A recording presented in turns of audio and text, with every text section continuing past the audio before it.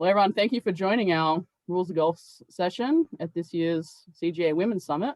Virtually, of course, it's a little different. Don't get to see all your lovely faces this year, but we're making it work. My name is Kate Moore. I'm the director of our Women's Championships at the CGA, and I'll be your moderator for this session. Before I turn it over to our speakers, I just want to make sure that you're all aware of that Q&A feature at the bottom of your screen. We'll be monitoring the questions throughout the session and answering those at the end.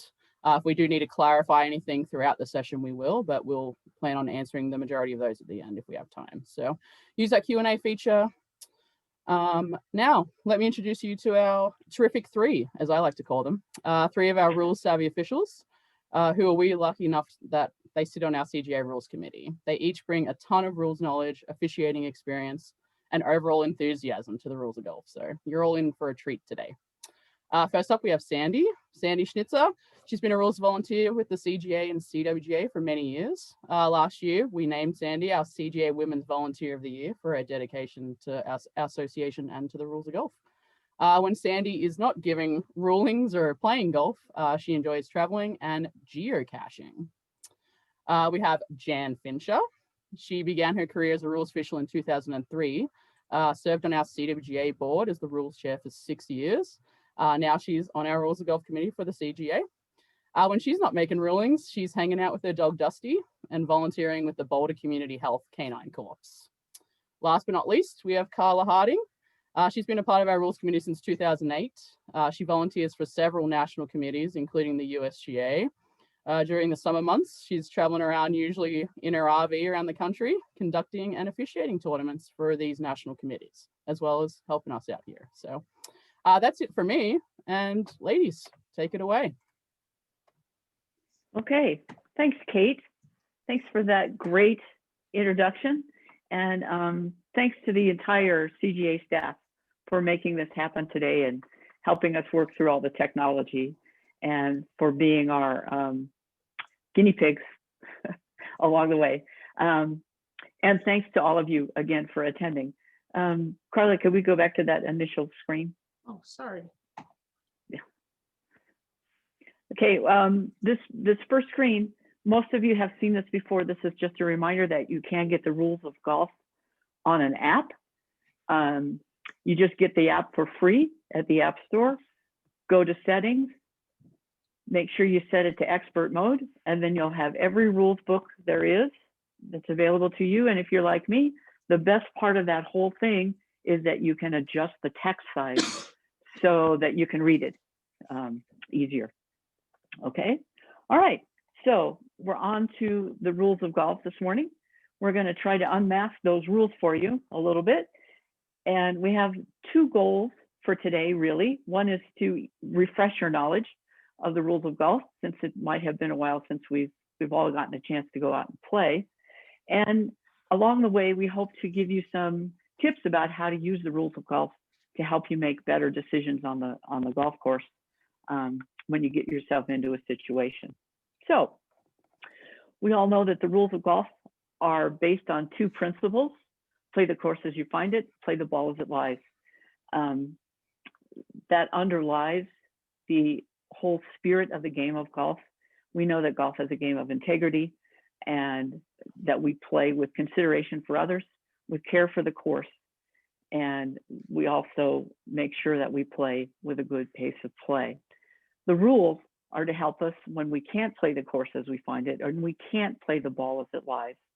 So let's get on with how do we use those rules to help us play better. Just as a reminder, we have several areas on the golf course. One is the teeing area. That's the same as it always has been.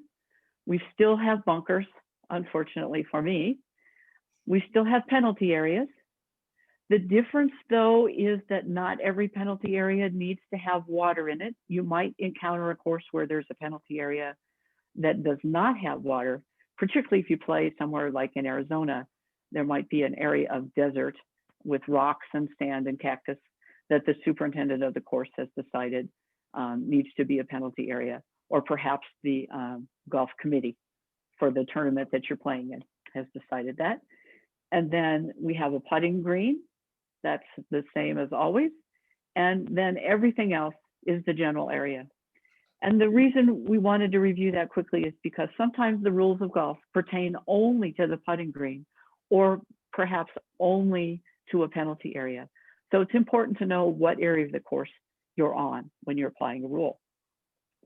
So let's play golf.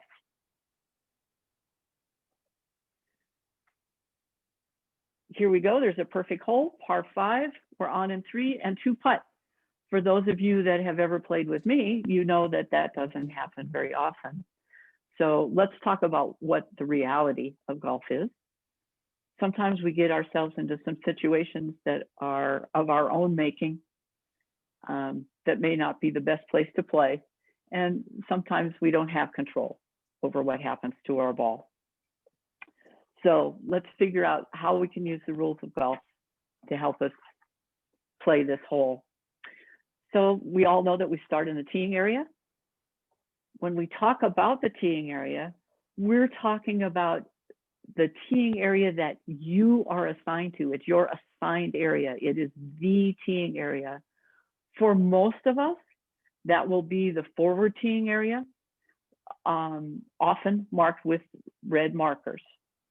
Okay, so when we talk about the teeing area, we're referring to our own teeing area. And I want to remind you that the teeing area is actually 2 club lengths deep. So remember that when you are playing your ball from that area, I know a lot of us like to get up really, really close to that front edge.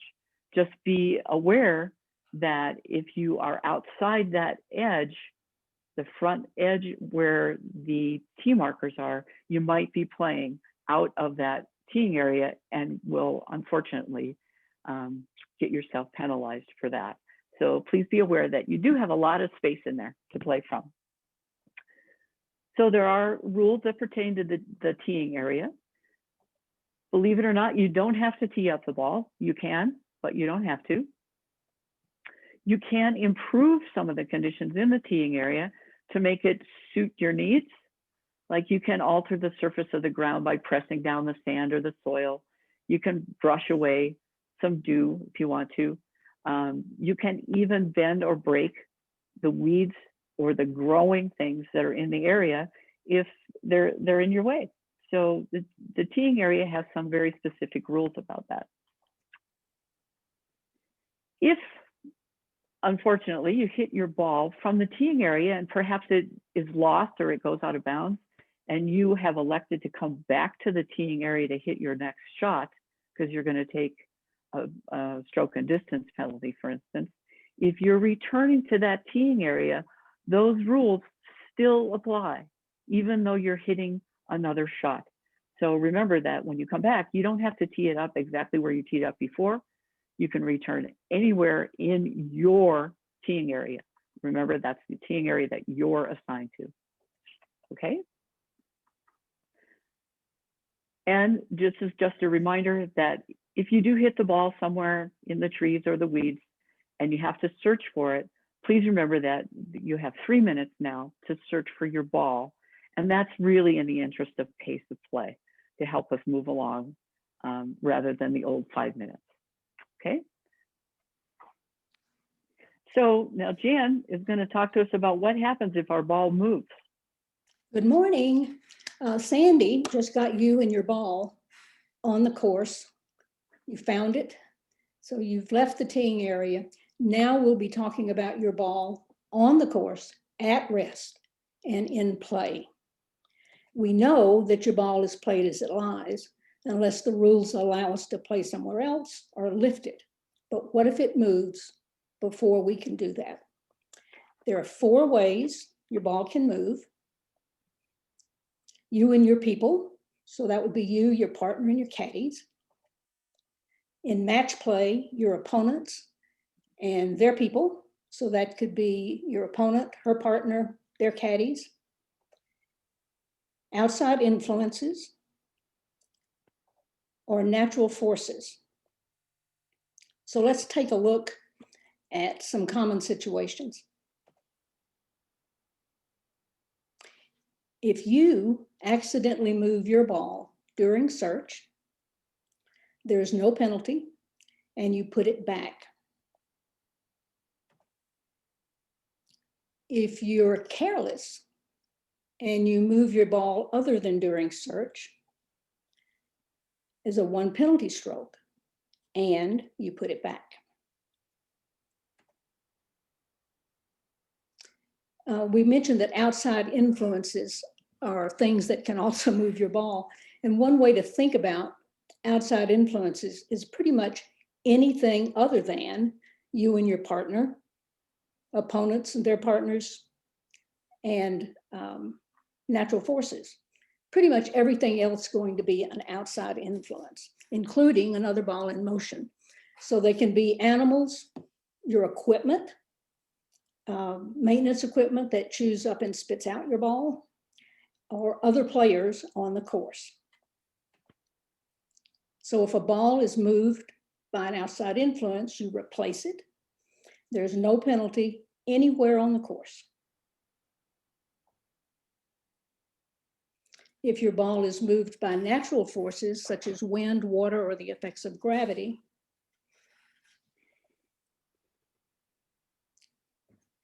on the putting green, it depends. So if you have marked and lifted your ball and then placed it back on the putting green, and then it subsequently is moved by natural forces, you own that spot. And so you can replace it on that spot. If you had not marked and lifted it, you play it as it lies. So if your ball's just sitting on the putting green, you haven't gotten to it yet, a gust of wind comes along and moves it into a penalty area. That's where that ball lives now. You play it as it lies. Ball moved by natural forces anywhere else on the course, you play it as it lies. So you received, when you enrolled in this seminar, a quick guide for a moved or lifted ball. This kind of summarizes what we've talked about already, as well as some other instances where you're in situations where your ball might move. And we've separated it into the location, whether it's on the putting green or anywhere else on the course.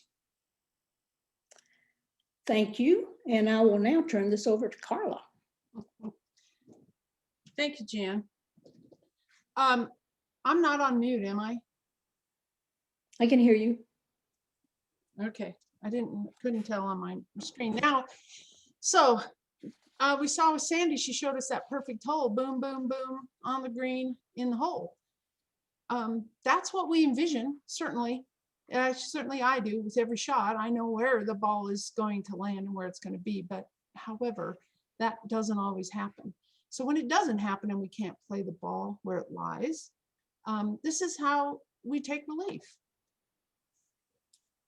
So we've had a couple years now dropping from knee height the proper way. I know for me it was awkward at the beginning, but it has gotten easier and better to do it.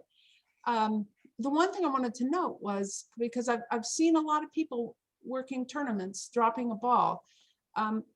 If you're standing up and you drop your ball, if you haven't bent over at all, you're not going to be at knee height unless you have really, really long arms. So you need to remember that when you drop from knee height, it's not just standing there with your arm down and dropping. You have to bend over a little bit to get to knee height. Now, when you're talking about dropping, and you're going to hear as we do some of our relief for different situations, we're going to be talking about a reference point. And the reference point is always the first thing you find of whatever type of relief you're going to take. And from that reference point, you get 1 club length. Now, these pictures are in the book, in the rules book, but when you look at it, you say, well, that looks like 2 club lengths. Well, it's not.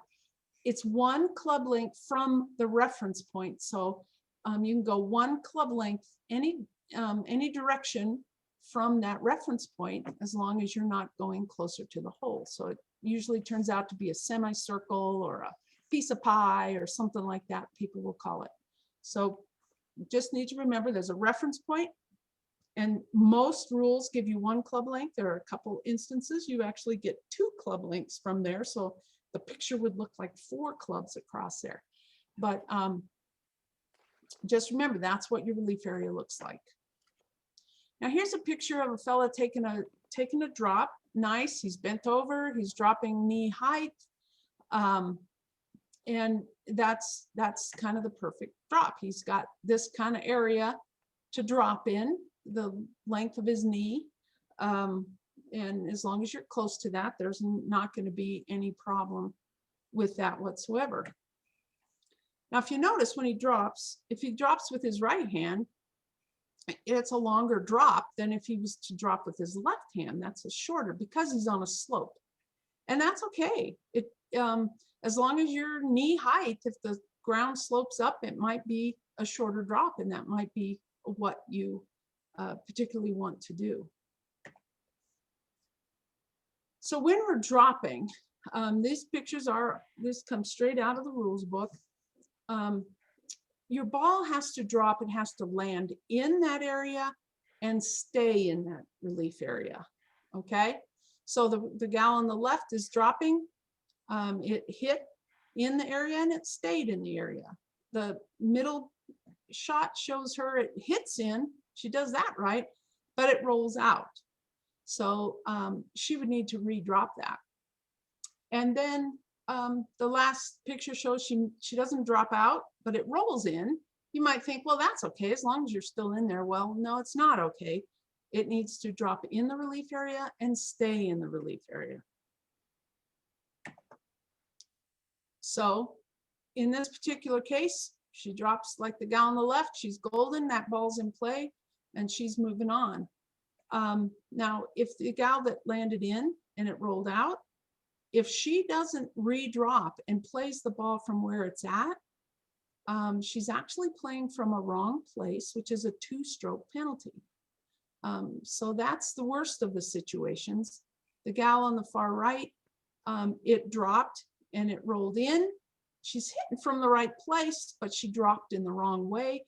So she's going to get a 1-stroke penalty.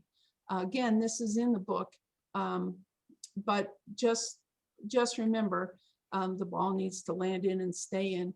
And the other thing is, these pictures are all perfect.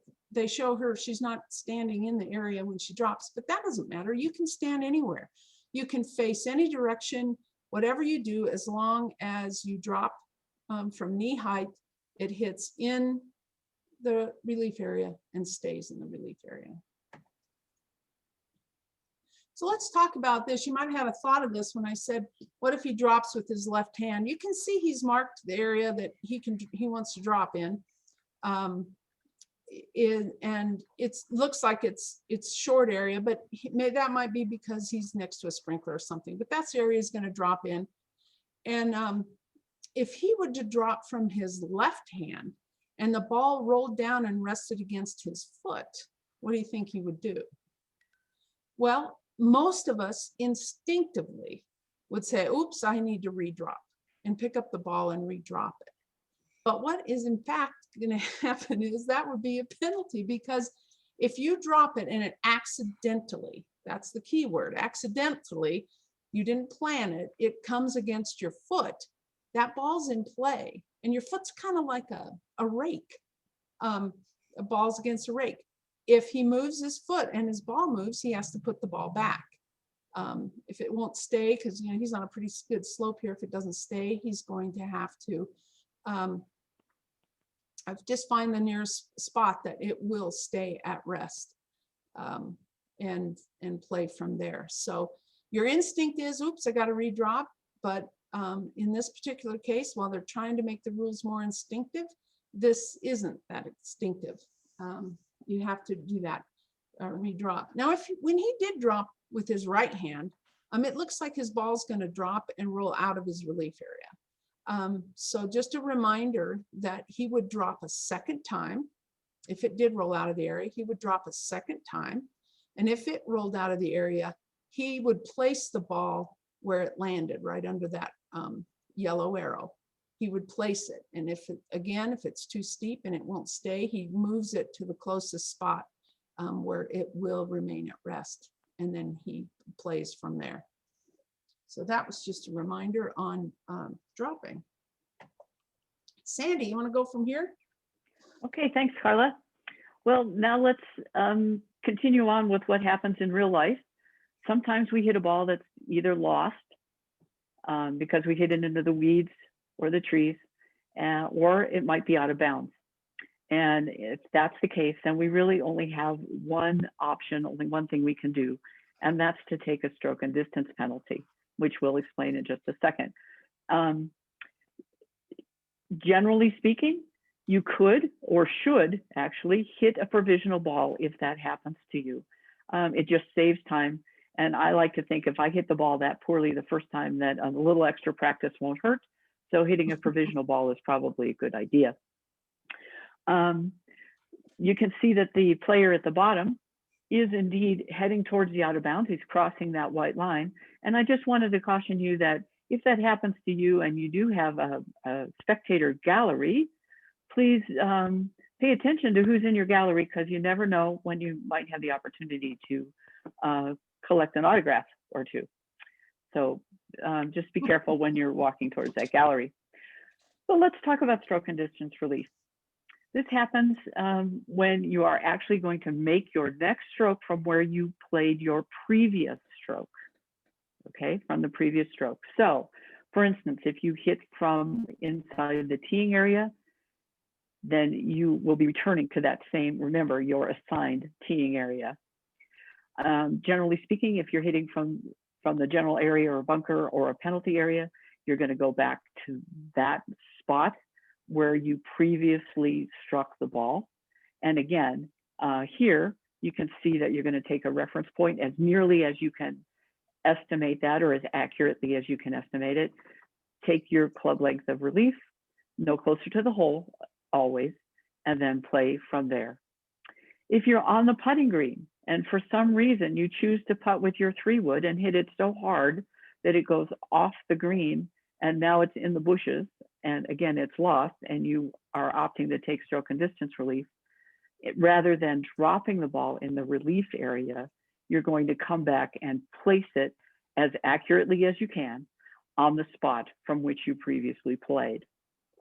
Hopefully that doesn't happen to you, at least not very often. Okay, so, but we do have another option that is a local rule. Sorry, And Sandy, Carla's my gonna... screen is not advancing, and it'll probably advance 12 now. Okay. Well, while Carla's figuring There it out the goes. technology, oh, there we go. There is an optional local rule. And remember, local rules need to be adopted by your club or organization.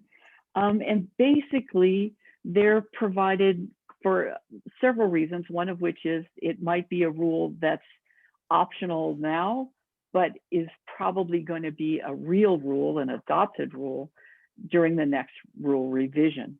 So it's kind of a head start on that. This one also helps us with pace of play. And to be honest, it probably helps a little bit with our frustration level if we do happen to hit a ball that is off and lost in the trees. So here's this optional local rule. If you hit a ball and you think that it might be lost, you can go to that spot. This is before you hit a provisional ball. So you cannot hit a provisional ball and use this rule. So if you did not hit a provisional, you go forward, you look for the ball, you can't find it. So now it's lost. So you determine that spot. You're going to go to the edge of the fairway of the hole that you are currently playing. So go to the edge of the fairway. You're going to add 2 club lengths to that point, which is B. The point where you thought your ball was lost is A. You're going to add 2 club lengths to that. So you've added to A and B. And you'll notice if you draw those lines back from there, you have quite a large area. All of that is your relief area. So you may drop anywhere in there. It is, however, for a 2-stroke penalty, which sounds like, why would you ever want to give yourself a 2-stroke penalty? But when you think about it, if you hit a ball and it's lost and you take stroke and distance, you've hit the first ball, you take stroke and distance, so you're back to where you previously struck it for another stroke. And then you strike the ball again, you hit the ball again, you're lying 3. So you might be in the fairway, but you might be back where you lost the first ball, in which case you've not helped yourself very much at all. If the local rule is in place and you can drop the ball in the fairway, then obviously you've helped yourself. You're still lying 3, which you would have if you had played the provisional. So you're lying the same, but your chances of playing your next ball onto the green or in a better place has improved considerably. It's just, remember that it is a 2-stroke penalty. So we're going to watch a video to see how that looks in real life. Maybe. Starting in 2019, when your ball is lost or out of bounds, your course can use a local rule that does not require you to play under stroke and distance. Here is how it works. For 2 penalty strokes, estimate where you think your original ball is and how far from the hole that is. Imagine a straight line running from the hole through a point 2 club lengths wide of where you estimate your ball is. Next, at the same distance from the hole, estimate the point on the nearest edge of the fairway and measure or estimate a point 2 club lengths into the fairway.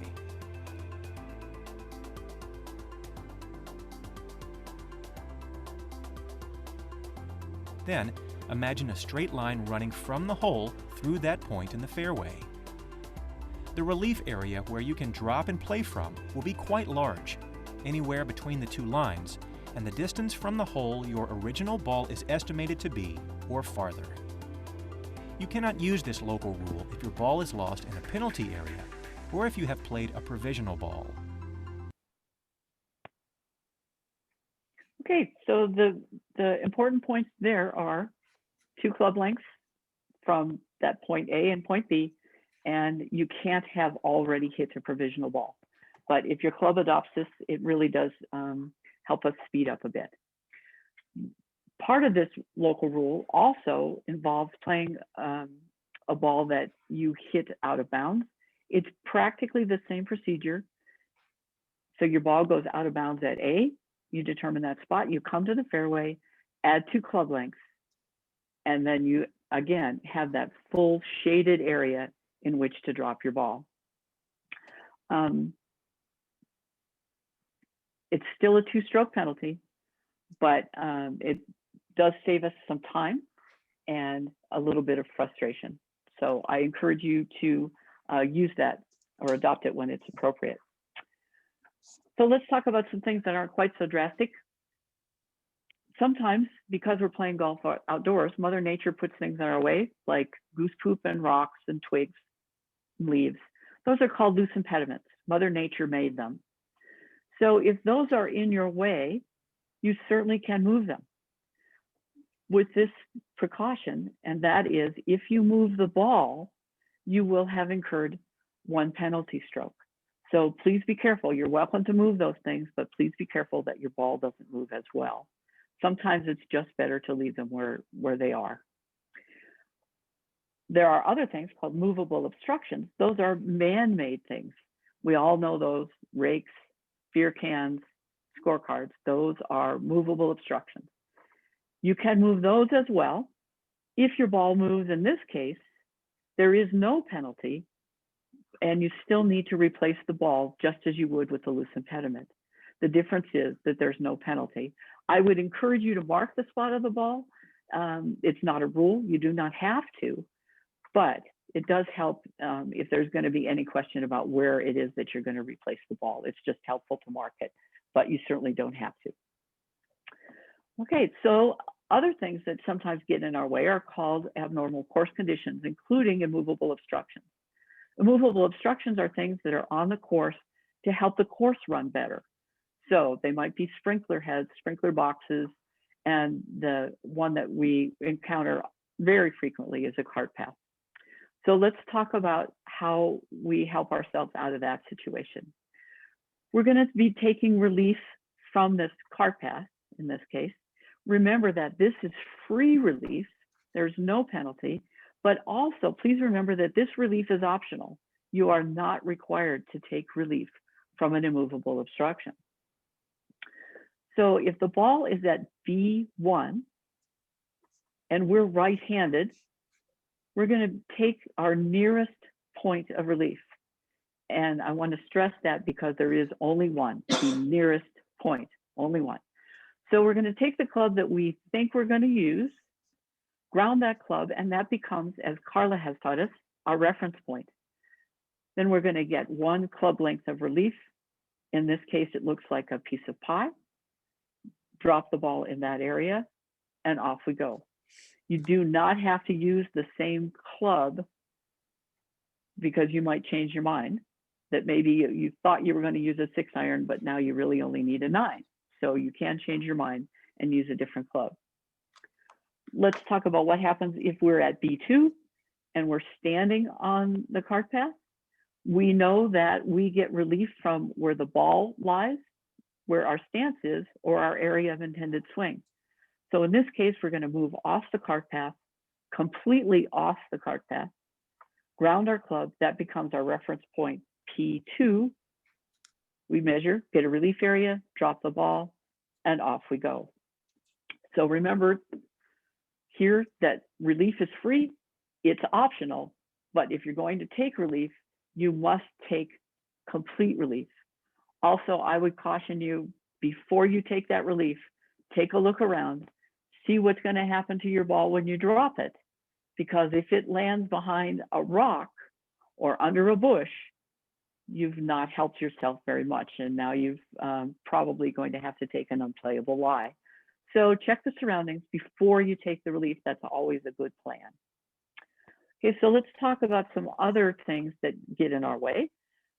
These are some more abnormal course conditions. For instance, ground under repair. We've all seen where sometimes a truck runs through the fairway and our ball happens to be in there. Or there might be temporary water from a sprinkler leak, or perhaps a lot of rain the night before. Those are abnormal course conditions. We get free relief from those. Again, your option, you don't have to take the relief, but you ground your club at the nearest point of relief. Again, find a relief area, drop the ball in there, and play on. The picture here shows that the relief is right behind that area, but depending on the shape and size of the area, the relief might actually be to the side, as long as it is not closer to the hole and is the nearest point of relief, then you're fine. Okay? So there's one other occasion to take this kind of relief. If you have an embedded ball, and that means that the ball is embedded in its own pitch mark and has broken the surface of the ground. So if that happens to you, again, the relief is free, but in this case, the relief is directly behind where the ball is embedded. And there is only one spot there. You don't get to choose on the side. So same kind of relief area as before, drop the ball and hit away. One caution here is, please do not fix the hole that you remove your ball from before you strike the ball. So you can play with that same ball, but don't fix the hole where it was. Okay, so now I think Jan is going to talk to us about bunkers and what we do there. Good morning again. Remember when Kate was introducing us, she talked about my dog, Dusty. Dusty is on the prowl, and I think I have got him in another room, but if you hear a barking dog, that's Dusty. Bunkers are those specially prepared areas of sand that can reach out and grab our balls on the golf course. So let's review a few things that we can do in bunkers. We can move movable obstructions. Sandy just talked about that, and recommend that we mark our ball if we want to move a movable obstruction. If the ball moves, we just put it back and there's no penalty. With loose impediments, it's the same situation as it is anywhere else on the course. We can move them, But if our ball moves, there's a 1-stroke penalty, and we put it back. There's still some things that we can't do, and we have a video that'll show you what these are, and I'm sure you'll recognize them. Behind or in front of your ball. When making a practice swing, or when making your backswing.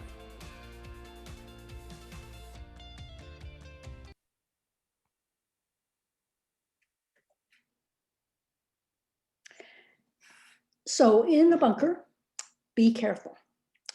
That's the message of the day. In this next section, we'll deal with 2 rules that are somewhat related: unplayable balls and penalty areas. Sometimes our ball ends up in a location such that we can't hit it, we don't want to hit it, we can't get to it, we don't want to try, so we choose not to play it where it is. First of all, we'll talk about unplayable balls. We can call a ball unplayable anywhere on the course except when it's in a penalty area. It's our decision. It's our decision alone, and nobody can tell us we can't call a ball unplayable anywhere on the course except in a penalty area. So let's look at our options when we choose to do this. And these are all for a 1-stroke penalty. In this case, our ball is under a bush. We decided it's unplayable. So our first option is the stroke and distance option that Sandy talked about earlier. So we go back to where we were when we hit it in there. Stick a tee down as a reference point, 1 club length either side and back, and that becomes the area into which we drop. Our second option is called back on the line relief. And the line is created by starting at the hole of the flagstick, the location of the ball that you've declared unplayable, and then you can go as far back on that line because you are the 3rd point of that line. And so that's option 2. Go as far back as you want. Again, pick a reference point, 1 club length either side and behind, and then that's the area into which you drop your ball. That's option 2. Option 3 is a 2 club length option from the ball. So in this case, you are measuring from the ball, either side, no closer to the hole, 2 club lengths, either side and back. And that becomes your relief area at number 3. So this is a case where you're using 2 club lengths. Now, in this case, we find ourselves in a bunker. And we've decided that that ball is unplayable in the bunker. So we have the same options for 1-stroke penalty. We can do stroke and distance. We can go back on the line at number 2, but we have to stay in the bunker. And we can do the 2 club length option from the ball. Again, we have to stay in the bunker. So you can see that the edge up there at the top of number 3 is not in our relief area until it enters the bunker. But there's a dandy option now for a 2-stroke penalty that becomes option number 4. So we can get out of the bunker for 2 strokes, back on the line, go back as far as we want, create our relief area, and play from there for a 2-stroke penalty. So let's see how that works. When you decide your ball in a bunker is unplayable, under the 2019 rules, you have an extra option that lets you drop back on the line outside the bunker for a penalty of 2 strokes. Imagine a straight line running from the hole through where your unplayable ball is. Identify a spot on that line as far behind the bunker as you like. Measure or estimate a 1 club length wide relief area on either side of and behind that spot. Then drop a ball in that area. Your dropped ball must land in and be played from the relief area. So that's how that works. And we ask ourselves more than once, why is he so close to that drain? I don't know. But anyway, that's where he chose to play. let's talk some more about back on the line relief. Sometimes after rules go into effect, we learn things that could make them make much more sense when you're actually playing. And the modification is significant enough to put it into effect as soon as possible, rather than waiting for a new edition of the rules. In this case, that would be January of 2023. So the writers of the rules, the USGA and the Royal and Ancient and the rest of the world, create a model local rule so golf organizations can implement the change right away. So you don't have to wait for the next rules edition. Such was the case with back on the line relief. Here's how it works. We know from what Karla talked about that a ball must land in and stay in the relief area. For back on the line relief, what if it jumps forward closer to the hole, as we just saw? This model local rule says that's okay, so long as it's no more than 1 club length from where it first touched the ground. So in this case, she dropped her ball, it bounced forward, but no more than 1 club length, and no closer to the hole than the point where it crossed into that penalty area.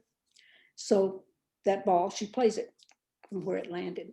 This change has been adopted by the USGA for all of their events, by the CGA for all of our events, and by clubs throughout Colorado. It's just one of those rules changes that makes so much sense. If you're going back on the line relief, what difference does it make if your ball bounces a little forward? And so that's why the model local rule came into effect.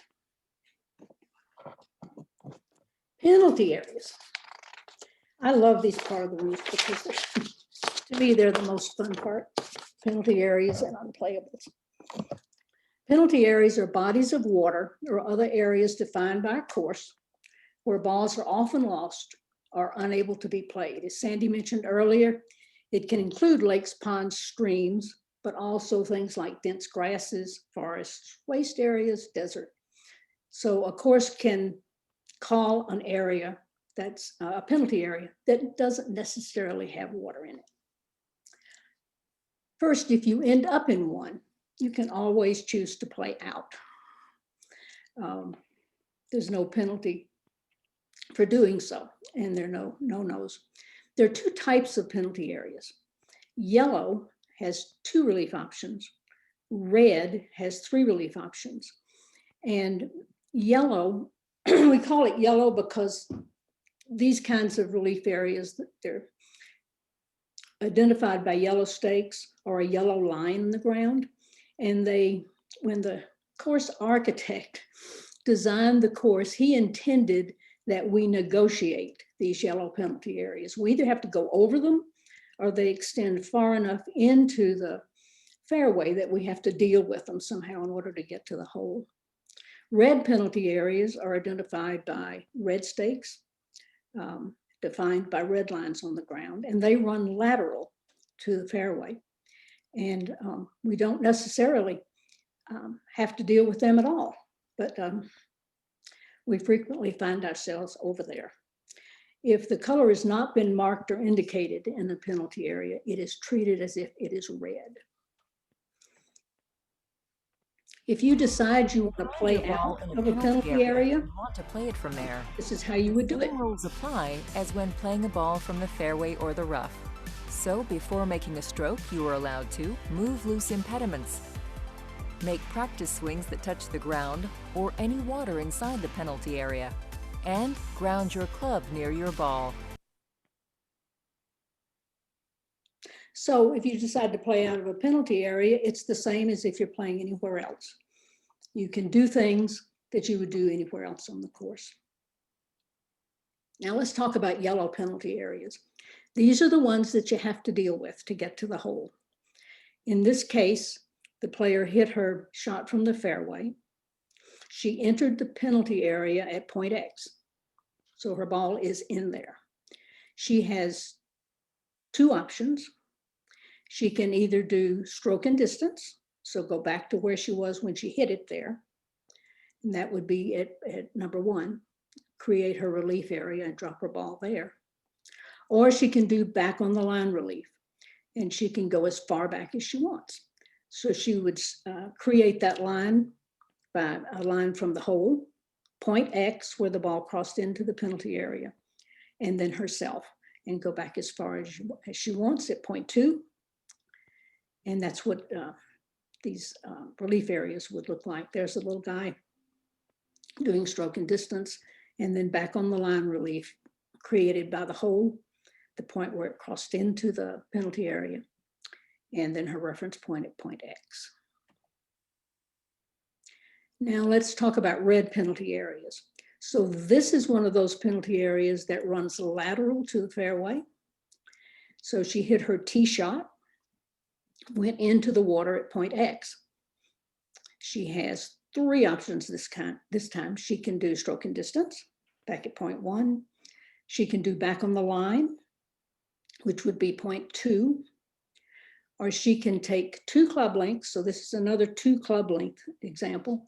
She can take 2 club lengths from the point where she crossed into the penalty area, no closer to the hole at point 3.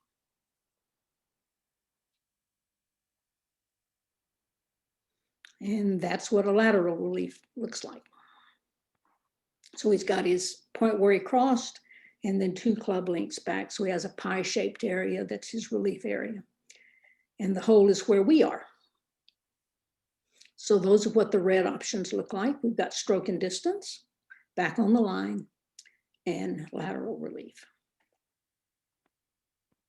Carla, it is back to you. Okay, thank you. There's some beautiful shots of beautiful greens in our beautiful state. That's Christy Austin there, getting a picture with her hole-in-one at Ravenna at one of our events. So let's talk a little bit about the putting green, and let's talk about the flag stick at this point. So for this year, we've all been playing with the flag sticks in, mostly because of COVID. But before COVID came, we learned we can leave it in or we can take it out. It's going to be totally your choice whether you leave it in or you take it out, and you play it as it lies. If it hits the flag, you play the ball where it lies. If the ball hits the attendee or an attended flag stick, that's okay too. Flag stick's a flag stick, and he's part of the flag stick in this case. You're going to play it as it lies. So no trouble on the putting green with the flag stick. And then again, if the flag stick is removed and on the ground, that used to be a different situation. It's not. A flag stick is a flag stick. Again, it's okay if you hit it, as long as it's accidental. You can't put the flag as a backstop because you're going to play it as it lies.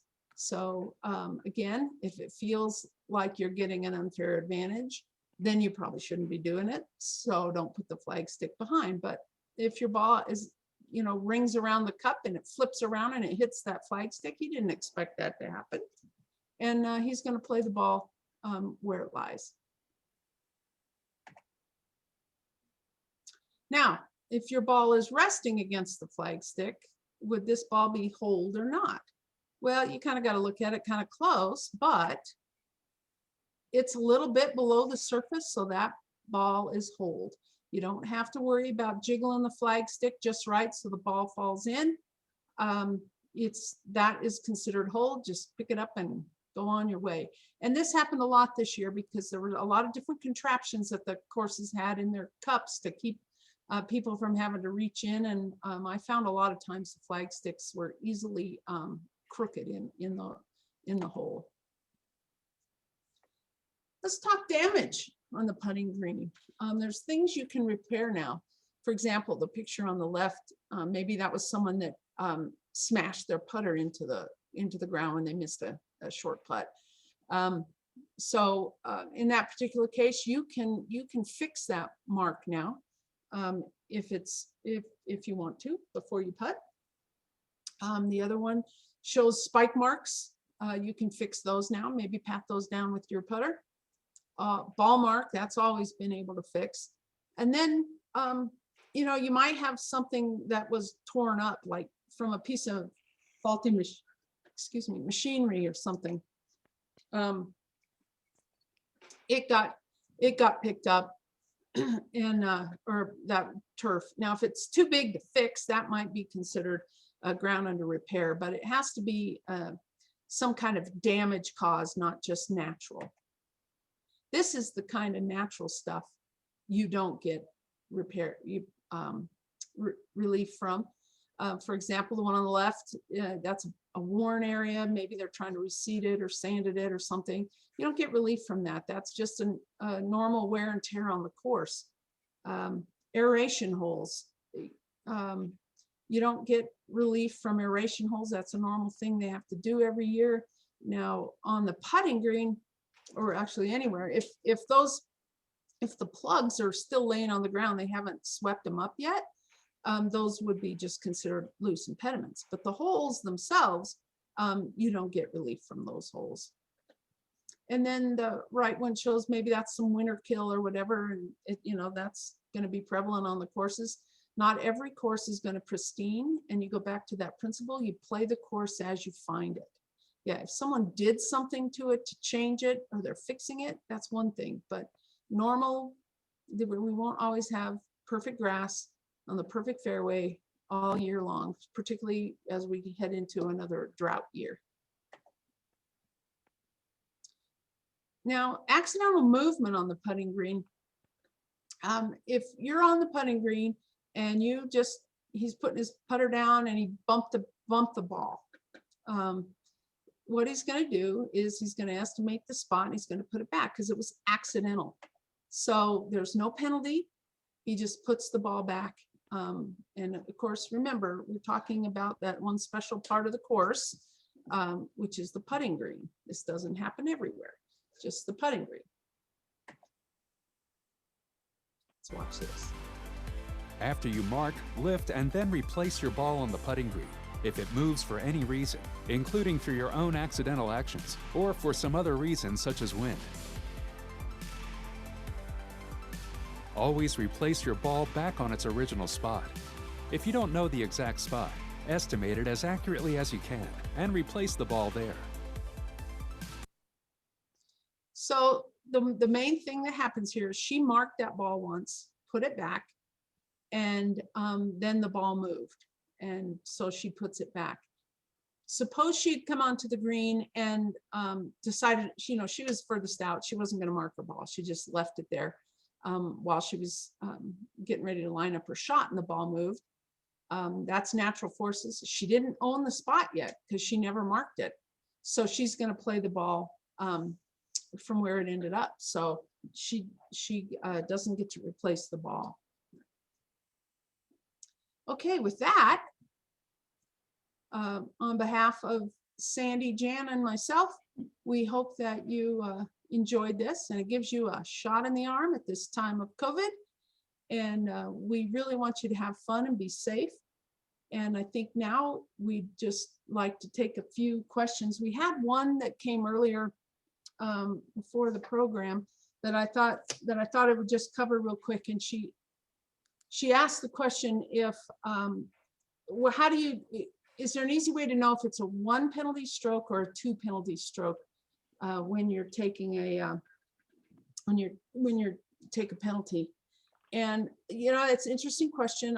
I've struggled with that from the first day I went to one of these rule schools, and went even to the more complicated and extensive rule schools. No one had a really good answer, a real good rule of thumb. It's really just comes from experience. So if you find yourself going, I get relief from here, but is it, or I get a penalty for this, is it 1 stroke or 2 stroke? Real quick, that's why we have this players edition. It's real quick to look up. So say you don't know, you went in a red penalty area. You look in the back for a penalty area, and it sends you to a page. You go there and it says, well, you either get 1 stroke or you get the general penalty. And when they talk about the general penalty in the rule book, they're talking about a 2-stroke penalty. So they'll tell you if it's 1, and they call it a general penalty if it's 2. If you go in the red, it's going to be 1 penalty stroke, and it'll tell you that. The other thing is that, oh, forgot to bring it up here. We have a handy dandy little card that CGA sells or gives away. I don't know what they do with it. Kate would know, but it just hangs on your bag, and it's got a lot of your most common situations, penalty areas, ball moved, tells you how many penalty strokes it is and what to do. So that's always a good option. And the other thing is just experience. It really just takes a lot of experience. So the more you play, the more trouble you're going to get in, and the more you're going to learn, until pretty soon you know, oh, I hit a wrong ball. Okay, that's 2 strokes. You're just going to know it. So I hate to give you bad experiences, but bad experiences lead to the answer of that question. So with that, Kate, do we have any questions that came in? Yes, we have a couple of last minute. We were answering them throughout the session, but here's some last ones that have come in. So if a player has marked on the putting green and then lifted the marker and approached the ball and it moves, can it be moved back without penalty? So that's the putting green, right? So they've marked it and they put it back, or they just marked it and left the ball? Seems like they've lifted the marker, so the ball is back. Oh, okay. So once you've put your marker down and you've lifted the ball, you got to lift it at least once. So once you've marked it and lifted it, you own that spot from then until you putt. So yes, if the ball moves, you've lifted your marker, put it back in your pocket, your ball moves, you put the ball back where it was, because you've marked it once. You can mark it again, realign, whatever you want to do, but yeah, you put it back. As long as you've marked it and lifted it once, you have to go back to that spot. In the same way, this person on the putting green again, they've moved their ball before they've had a chance to mark it. They've accidentally moved their ball on the putting green before marking it. All right. So that was that first slide I showed. It was, as long as it was accidental. If it was accidental, it goes back to the same spot and there's no penalty. If it wasn't accidental, some people might just go, and how they like to align the marker on their ball, the arrow on the ball. They like to turn that, and if they just walked up, didn't mark the ball, and turned the ball, they've actually moved a ball in play. So if you're going to be just turning your ball, be sure you have a marker down. Otherwise, yeah, you've moved your ball without permission, I guess. Couple more. This is from our friend that we know well, Laura Robinson. Hello, Laura. Laura. Two players hit their fairway shots at the same time, and they collided as they were rolling in the general area. Do they both play it as it lies, since it's off the green? Jan, you want to Yes. grab that one? Yes, in fact, they may not even know that happened. So they would play their balls as they lie. Perfect. All right, and then this is the last one. If your ball is embedded, can you clean that ball? Sandy, you want to go with that one? Sure. Yes, absolutely. How's that for a short answer? I love it. The nice thing about the rules is you can almost every time you're taking relief, and you can clean your ball. There's 4 different instances you can't, and I would give a challenge to all of you at this to look that up when we're done. Is when can you not clean your ball? So it's easier to say when you can't than when you can. Okay. But embedded ball, yes, you can. Yeah, generally speaking, when you're taking relief, you have the ball in your hand, yes, you can clean it because you're taking relief. That's a general rule of thumb. Perfect. Well, thank you all so much. A big thanks to Sandy, Carla, and Jan. They're all my number ones, each and every one of them. Hopefully, if you come out and play in a tournament, you'll get to see these ladies out in the course, and hopefully we'll help you with some rulings. Next up is the COVID-19 and golf session. So you'll have to exit out of this webinar and then click back into that link that was provided for you to get into the next session if you'd like. But if you have any rules questions, please jump on our website. We have a section dedicated to the rules where Robert Duke puts a lot of fun videos with our boss, Ed Mate. Hopefully you've seen some on YouTube. They're going viral, apparently. So lots of rules education on our website, but a big, big thank you to these three ladies and for you all for joining us today. Thanks, Kate. Thanks, Thanks, you. Kate. Bye, everyone. Thank you all.